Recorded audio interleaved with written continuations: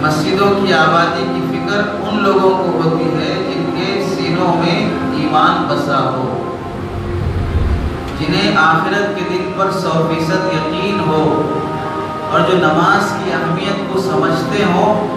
ان لوگوں کا کام ہی یہ ہے کہ وہ مسجد کی آبادی کی فکر کریں۔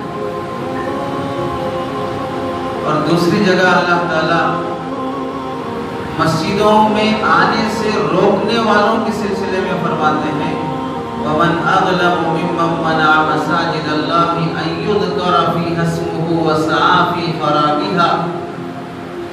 اس سے بڑا ظالم کون ہو سکتا ہے جو اللہ کے گھر میں عبادت کرنے کے لیے آنے والوں کو روک دے۔ اللہ کا ذکر کرنے، اللہ کی عبادت کرنے والے مسجدوں میں آنا چاہتے ہیں، ان کو مسجدوں سے روک دیا جاتا ہو، اس سے بڑا ظالم کون ہو سکتا ہے؟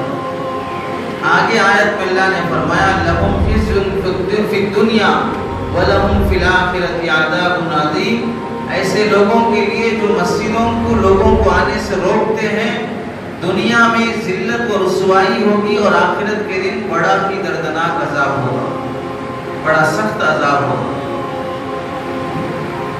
تو آیت میں فرما دیا گیا مسجدوں کی آبادی کرنا، مسجدوں کو آباد کرنا مومنوں کی ذمہ داری ہے، اور مسجدوں کو ویران کرنے والی حرکتیں کرنا یہ جہنمیوں کا کام ہے۔ اور حدیث پاک میں آتا ہے، اللہ کے نبی صلی اللہ علیہ وسلم فرماتے ہیں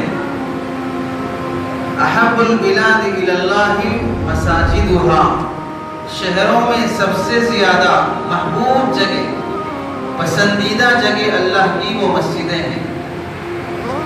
خیر الاماکن الی اللہ مساجدها، ایک روایت میں ہے بہترین جگہ وہ اللہ کی مسجدیں ہیں۔ وشر الاماکن الی اللہ اسواقها، اور بدترین جگہ جہاں پر شر و فتنہ ہوتا ہے وہ بازار ہوتے ہیں، مارکیٹ ہوتے ہیں۔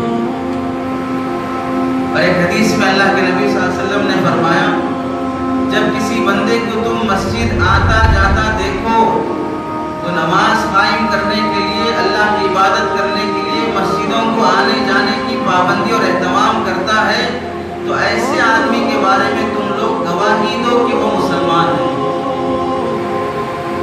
گھروں میں نماز پڑھ لیتے ہو تو ان کے بارے میں نہیں فرمایا کہ ان کے بارے میں بھی گواہی دو وہ مسلمان ہیں۔ مسجد آنے والا اہتمام سے مسجد کو آتا ہو تو اس کے بارے میں گواہی دو کہ وہ آدمی مسلمان ہے۔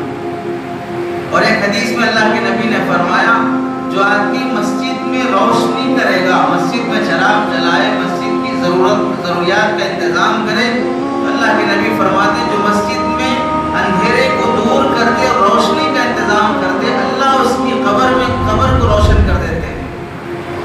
اور ایک حدیث میں آتا ہے کہ اللہ کے نبی نے فرمایا کہ جو آدمی مسجدوں کی چٹائی اور قالین اور دیگر ضروریات کا انتظام کرے گا، اللہ اس کے لیے جنت میں جنتی ریشمی جوڑے کا